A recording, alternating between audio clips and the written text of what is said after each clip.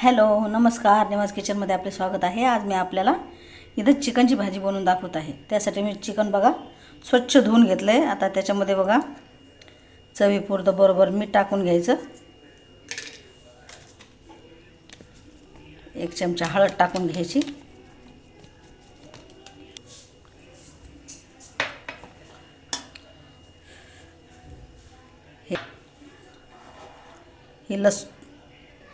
ही लसूण अद्रकची पेस्ट आहे आणि ही थोडंसं तेल टाकायचं याच्यावर।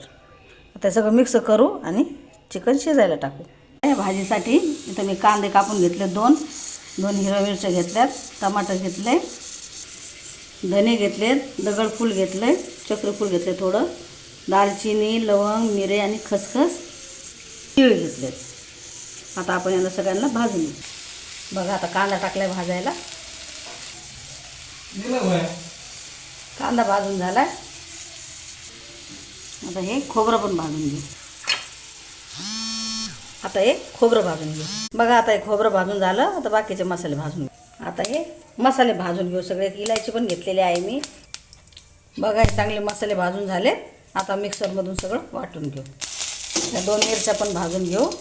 बघा आता त्या 2 मिरच्या पण टाकल्यात आणि अजून कोथिंबीर टाकून आता मस्त मसाला बारीक करून घेऊ। बघा आता चिकन चांगलं शिजून झाले। आता आपण फोडणी देऊन घेऊया।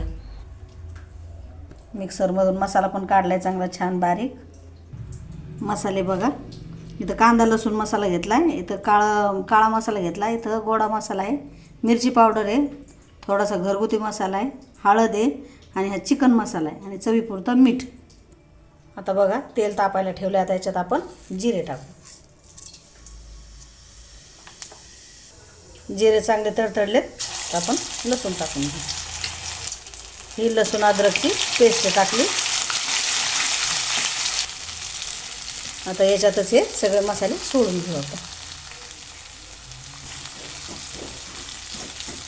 मस्त चांगलं तेल सुटेपर्यंत परतून घेऊ। आता हा वाटलेला मसाला याच्यात सोडून घेऊ। बघा किती मस्त भाजी झालेली आहे। चला आता आपण जेवण करायला बसूया। बघा